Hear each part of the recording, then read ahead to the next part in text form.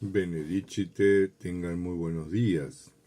Continuamos con los comentarios a la regla de San Benito. Hoy finalizamos el capítulo 5 sobre la obediencia. Y el párrafo final dice así: pero incluso este tipo de obediencia se refiere a la obediencia que veníamos conversando anteriormente, ¿verdad? Esa obediencia inmediata al superior. Solo será grata a Dios y dulce para los hombres cuando se ejecute lo mandado sin miedo, sin tardanza, sin frialdad, sin murmuración y sin protesta.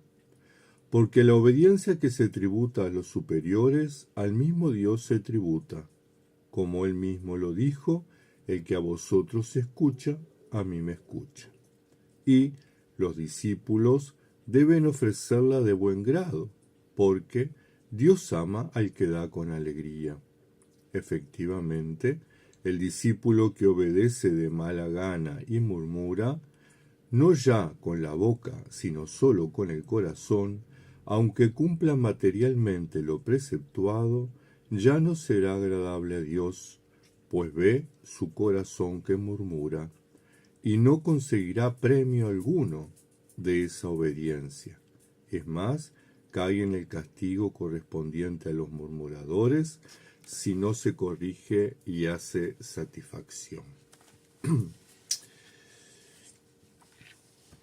Seguramente más de uno de ustedes que proviene de la tradición católico-romana, igual que yo, o que tiene influencias de la tradición ortodoxa, es decir, de la iglesia medieval, de la iglesia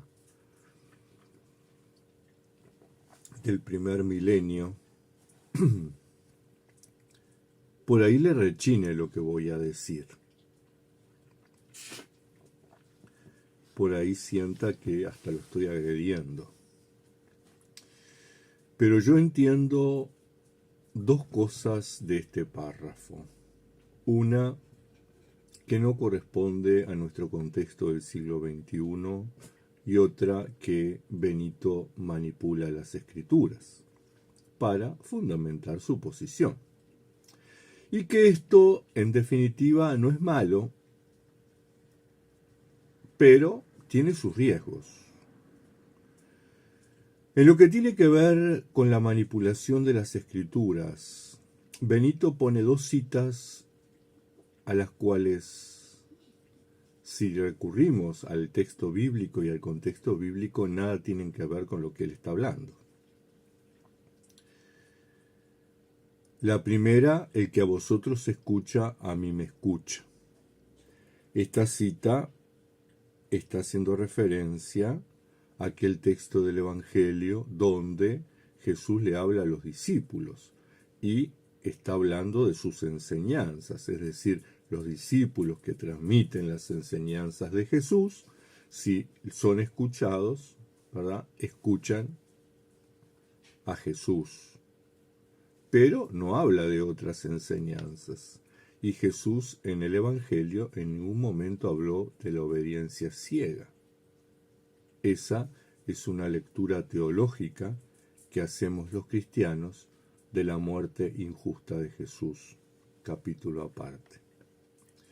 El segundo texto de la Escritura al que Benito hace referencia, Dios ama al que da con alegría, es una cita de la carta a los Corintios, y Benito toma una interpretación que hace Casiano, pero originalmente este texto está vinculado a la solidaridad y a la caridad fraterna, no a la obediencia a los superiores.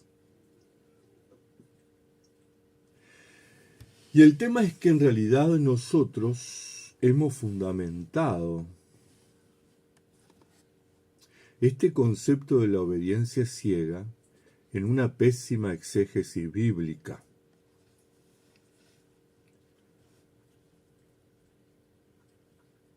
lo hemos fundamentado en una de las dos interpretaciones que hay de la muerte de Jesús.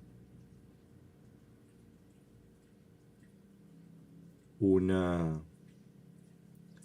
interpretación de la muerte de Jesús, una exégesis, que es la más común, la más establecida, porque nos ayuda a controlar las conciencias de los demás, es decir que Jesús fue obediente al Padre hasta la muerte, que Dios quiso que Jesús muriera en una cruz.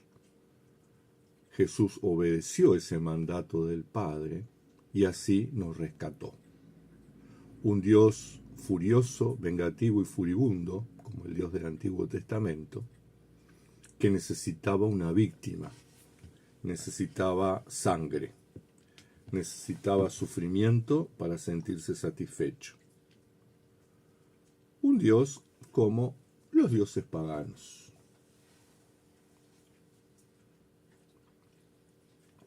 Que ciertamente no es el Dios que reveló Jesús.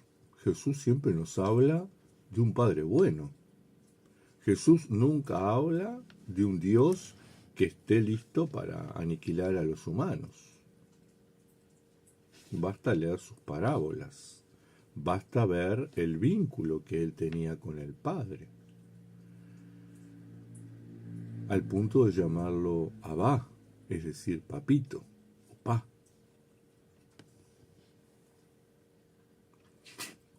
La otra lectura, la otra hermenéutica que hay sobre la muerte de Jesús es que Jesús fue fiel a Dios, fiel a su proyecto de comunicar una renovación espiritual a los seres humanos, de comunicar que Dios es Padre, que la sociedad lo expulsó, lo condenó, lo persiguió, lo rechazó y lo mató. Pero la muerte de Jesús no fue querida por Dios, fue la consecuencia del pecado humano, de la maldad humana. Y ahí entonces entendemos la muerte de Jesús como no un acto de obediencia a Dios que quería que Jesús muriera en una cruz, sufriendo como un perro, sino que es la conducta, la respuesta de coherencia absoluta. Lo que Jesús dijo y lo que Jesús hizo lo llevaba a la muerte. Pero él fue coherente. En ningún momento rechazó esa misión, sabiendo que podía pasar. Y pasó. Pero podía no haber pasado. Podía la humanidad haberse convertido. Podía el pueblo de Israel haberlo aceptado.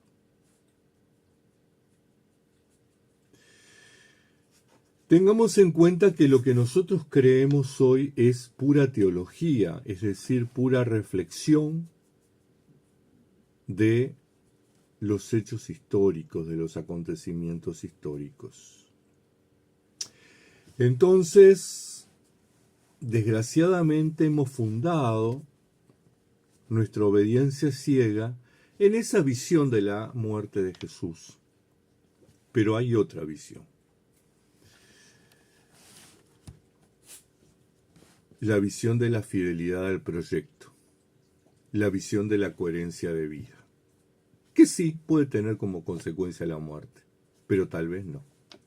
Una de las opciones es esa, pero no es la única.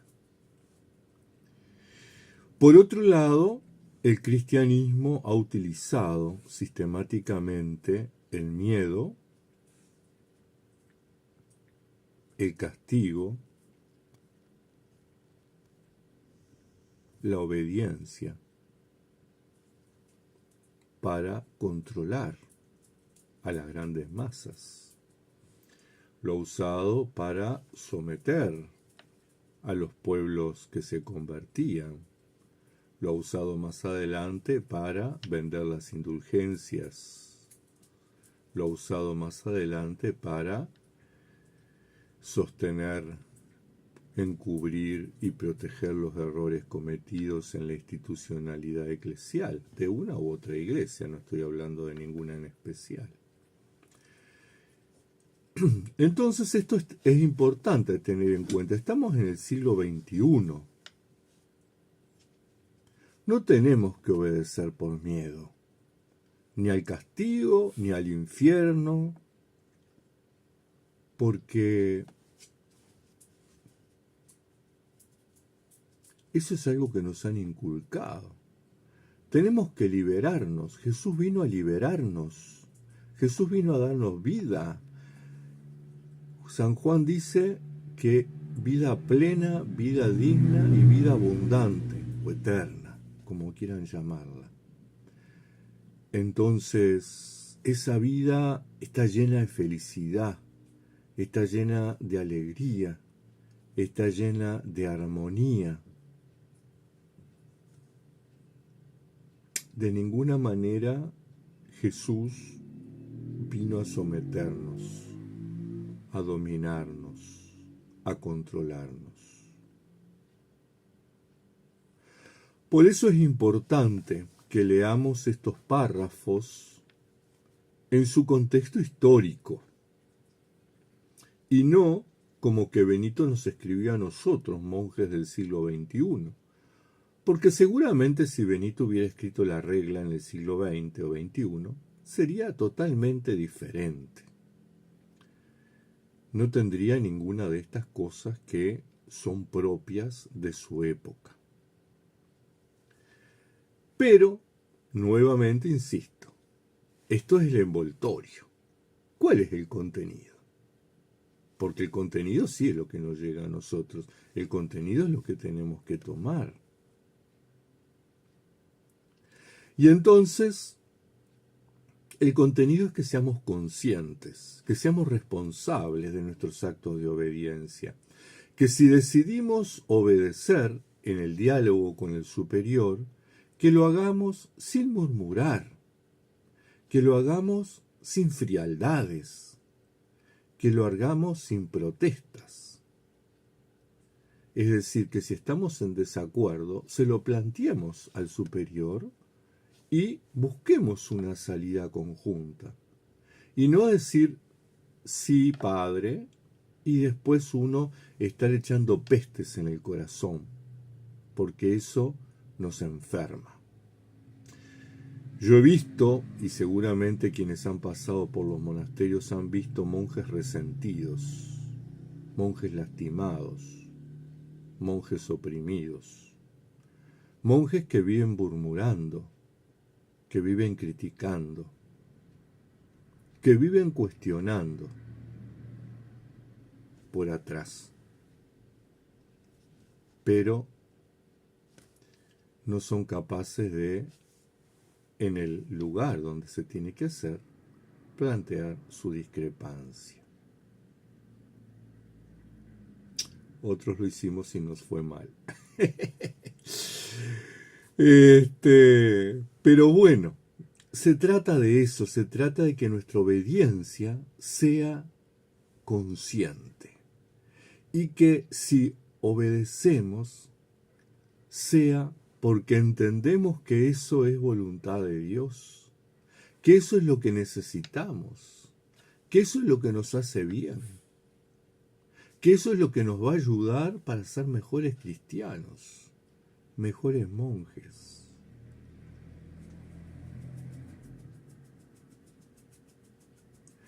Nuestra obediencia no tiene que ser un acto de inmolación, no tiene que ser la crucifixión. Nuestra obediencia tiene que ser la donación de nuestra generosidad. Tiene que ser un acto de generosidad. Tenemos que sentirnos felices de eso que estamos asumiendo, de eso que estamos haciendo. Y si la obediencia no nos trae paz, no nos trae felicidad y no nos trae alegría, es preferible no obedecer. Porque de lo contrario vamos a sentirnos manipulados, vamos a sentirnos frustrados, vamos a sentirnos usados, como muchos a veces nos hemos sentido en algún monasterio. Hermanos, hermanas, tengan una muy buena jornada.